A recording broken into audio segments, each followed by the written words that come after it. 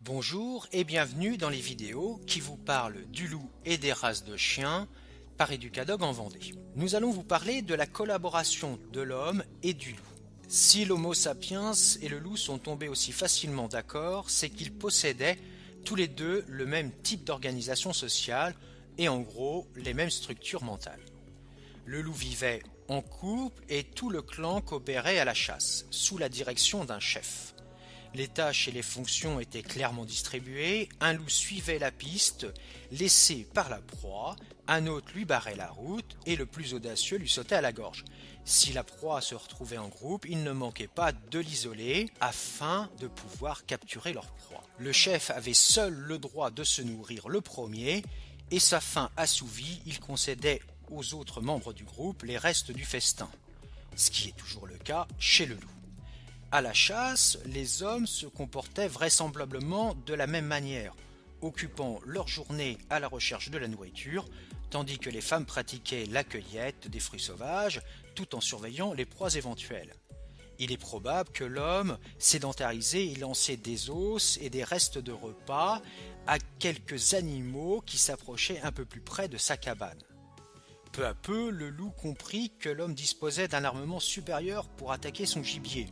Instruments de pierre, flèches et autres pièges. Percevant cela, il se comporta avec lui comme devant un chef de meute. Il commença à le suivre à distance pendant les tracts et revint avec lui au village pour obtenir de lui de la nourriture et quelques morceaux d'os. Il est facile alors de supposer que l'homme ait accordé un jour quelque intérêt aux petits louveteaux les plus audacieux.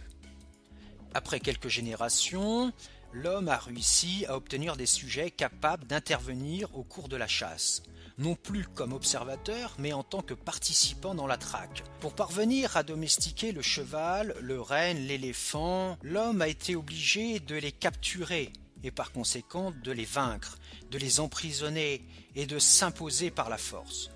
Seul parmi les animaux, le chien a accepté sans contrainte l'autorité de l'homme. Une amitié est née entre collaborateurs basée sur l'intérêt réciproque des chasseurs et dans le but d'assouvir leur faim à tous les deux. Une telle forme de coopération pourrait bien avoir été à l'origine des rapports entre l'homme et le chien et avoir cimenté une telle affection.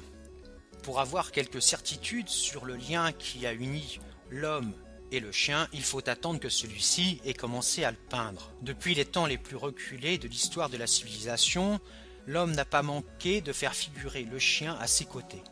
Cependant, les peintres de la préhistoire étaient beaucoup plus volontiers inspirés par les animaux associés aux émotions de la chasse ou de la faim qu'à accorder de la place dans les grottes au loup. Il est vraisemblable que l'ami de la maison était si familier qu'il n'offrait aucune source d'inspiration aux artistes de cette époque. Mais comme il arrive dans les autres arts, une évolution se produisit, et les peintres commencèrent à peindre le chacal et le hyène, ainsi que ce fameux loup à leur côté. Aux alentours de 4500 ans avant Jésus-Christ, apparurent les premières représentations de chiens, naturellement inclus dans les activités de la chasse. Mais la silhouette peu esthétique à l'époque ne correspondait à aucune des races connues à nos jours. Si le manche d'un couteau vieux de 5000 ans environ, on trouve déjà gravé la silhouette d'un chien avec un collier, peut-être alors est-ce la preuve que le chien avait été déjà domestiqué. Pour les sinologues, l'art pharaonique a le mérite de nous avoir légué les premières images de chiens appartenant à des races similaires à celles que nous élevons actuellement. Nous pouvons y voir en effet des chiens courants et des bassets. Successivement importés de l'Orient apparurent diverses autres races de chiens.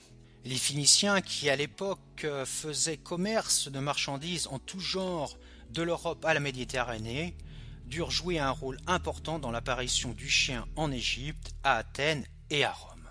Nous verrons dans une prochaine vidéo le chien objet de culte ainsi que les premiers documents sur le chien. À très bientôt pour une nouvelle vidéo sur le loup et les races de chiens par Educadog en Vendée.